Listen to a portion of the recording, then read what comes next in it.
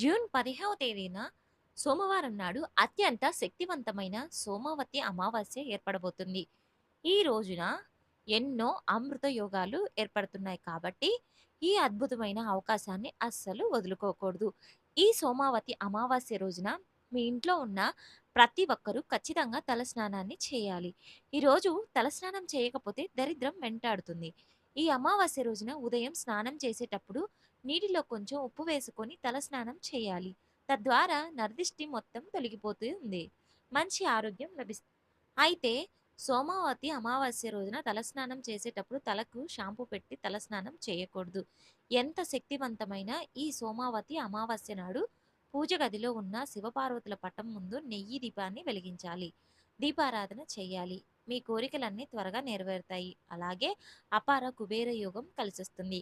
ఈ అమావాస్యన మీ కోరికలు నెరవేర్చే రోజున చెప్పవచ్చు.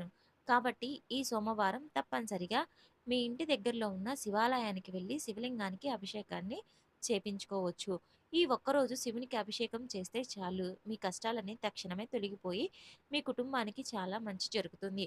ఎవరైతే అనారోగ్య సమస్యలతో బాధపడుతున్నారో అలాంటి వారు ఈ అమావాస్య రోజున ఆవు పాలతో శివలింగాన్ని అభిషేకం చేయవచ్చు.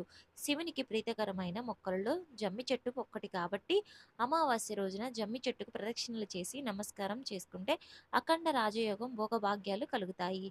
అలాగే ఈ అమావాస్య రోజున రావి చెట్టుకు ప్రదక్షిణలు చేస్తే సకల పాపాలన్నీ తొలగిపోయి అదృష్టం ఐశ్వర్యం కలిసొస్తుంది. ప్రతి అమావాస్య రోజున చనిపోయిన మన పెద్దలకు కాకి రూపంలో ఉన్న మన ఇంటి చుట్టూ తిరుగుతారట. కాబట్టి ఈ సోమావతి అమావాస్య రోజున మీ ఇంటి ముందుకు వచ్చిన కాకిని అరిస్తే మీ పితృదేవతలు వచ్చినట్లే.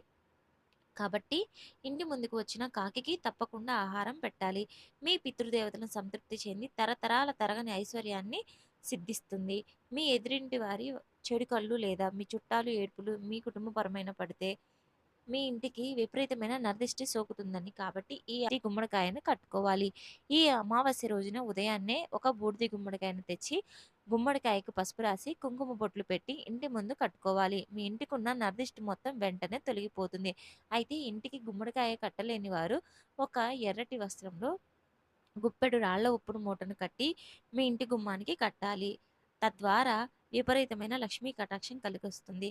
అందులోనే కొంచెం పటిక కూడా కలిపి కట్టాలి. తద్వారా విపరీతమైన లక్ష్మీ యోగం కలిసొస్తుంది. ఈ అమావాస్య రోజున సాయంత్రం సమయంలో గుమ్మడికాయలతో మీ ఇంటికి దిష్టి తీసేస్తే మీ ఇంట్లో ఉన్న దరిద్ర దేవత బయటికి వెళ్ళిపోయి లక్ష్మీదేవి మీ ఇంట్లోకి అడుగుపెడుతుంది. అలాగే ఈ సోమవతి అమావాస్య నాడు ఇంట్లో ఉన్న ప్రతి ఒక్కరూ ఉప్పుతో దిష్టి తీసుకోవాలి. అమావాస్య రోజున దిష్టి తీసుకుంటే చాలా మంచిది. ఇక ఈ అమావాస్య రోజున పొరపాటున కూడా మాంసాహారాన్ని తినకూడదు. లేదంటే మీ కుటుంబంలో తరచు గొడవలు ఏర్పడతాయి.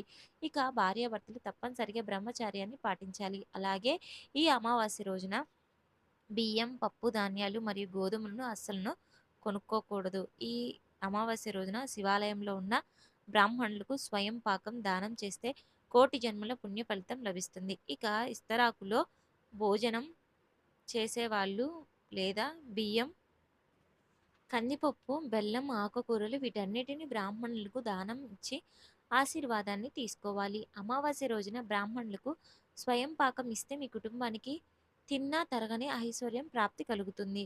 అమావాస్య రోజున మీ ఇంటి ప్రధాన తలపైన గంధంతో స్వస్తిక్ గుర్తును వేసి ఇంటి గుమ్మం బయట సాంబ్రాణి పొగ వేయాలి.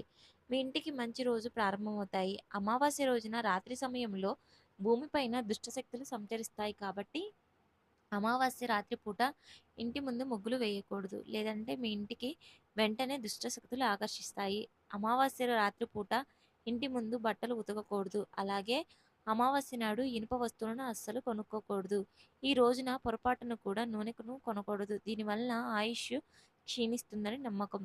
మీ కుటుంబంలో ఎల్లప్పుడూ కష్టాలు, అనారోగ్య సమస్యలు ఏర్పడుతుంటే ఇంట్లో ఖచ్చితంగా దరిద్ర దేవత ఉన్నట్లే. కాబట్టి ఈ అమావాస్య రోజున మీ ఇల్లంతా ఉప్పు నీటితో శుభ్రం చేసి ఇంట్లో సాంబ్రాణి పొగ వేయాలి.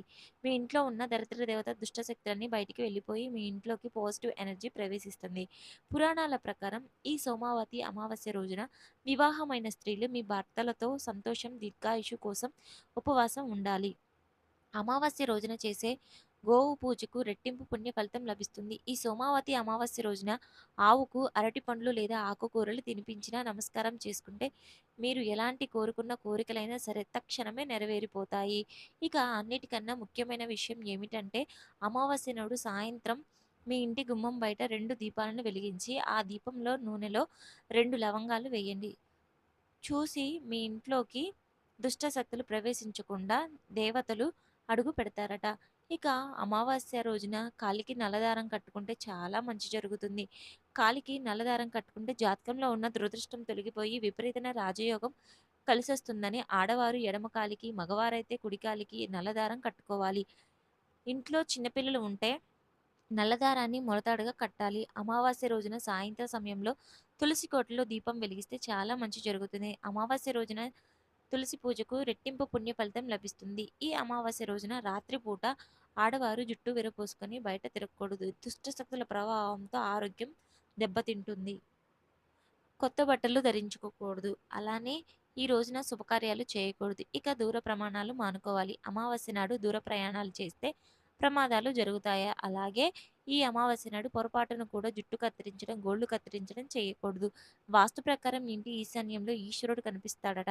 కాబట్టి ఈ అమావాస్య రోజున గాజు గిన్నెలో ఉప్పు వేసి ఇంటి ఈశాన్యంలో పెట్టి అమావాస్య మర్నాడు అంటే మంగళవారం నాడు ఆ ఉప్పును తీసేసి ఎవరూ తొక్కని ప్రదేశంలో పడివేయాలి. అమావాస్య రోజున ఈ చిన్న చిన్న పరిహారాలను పాటిస్తే విపరీతమైన ధనాకర్షణ పెరిగి మీ ఇంటి ఆదాయం రెట్టింపు ఎక్కువవుతుంది. అమావాస్య రోజున పేదలకు పెరుగన్నం దానం చేస్తే మీ ఇంట్లో ఉన్న ధనధాన్యాలకు కొరత ఏర్పడకుండా ఐశ్వర్యం ప్రాప్తి కలుగుతుంది. అమావాస్య రోజున ఎవరికీ అప్పు ఇవ్వకూడదు. ఎవరి నుండి అప్పు తీసుకోకూడదు. లేదంటే మీ ఇంట్లో ఉన్న లక్ష్మీదేవి బయటికి వెళ్ళిపోతుంది. ఈ రోజున మీ ఇంట్లో ఉన్న ఉప్పును ఎవరికీ కూడా ఇవ్వకూడదు. దీనివలన మీ ఇంటి ఐశ్వర్యం తగ్గిపోతుంది. ఈరోజు కొత్త బట్టలు కూడా కొనుక్కోకూడదు. బంగారపు నగలు కొనకూడదు. అస్సలు చేయకూడదు. ఇక వ్యాపారాలు చేసేవారు ఈ అమావాస్య నాడు తప్పనిసరిగా షాపు ముందు నిమ్మకాయలను, పచ్చిమిరకాయలను కట్టుకోవాలి. వ్యాపారంలో నష్టాలు లేకుండా లాభాలు పెరుగుతాయి. అమావాస్య రోజున ఇల్లు మారడం లేదా కొత్తగా గృహప్రవేశం చేయకూడదు. ఈ సోమావతి అమావాస్య రోజున చనిపోయిన మీ పితృదేవతలకు ఖచ్చితంగా తర్పణం వదలాలి. ఈ సోమావతి అమావాస్య రోజున ఇలాంటి చిన్న చిన్న నియమాలను పాటించి శివానుగ్రహాన్ని పొందవచ్చును. ఈ వీడియో నచ్చితే లైక్ చేసి సబ్స్క్రైబ్ చేసుకోవడం మాత్రం మర్చిపోవద్దు.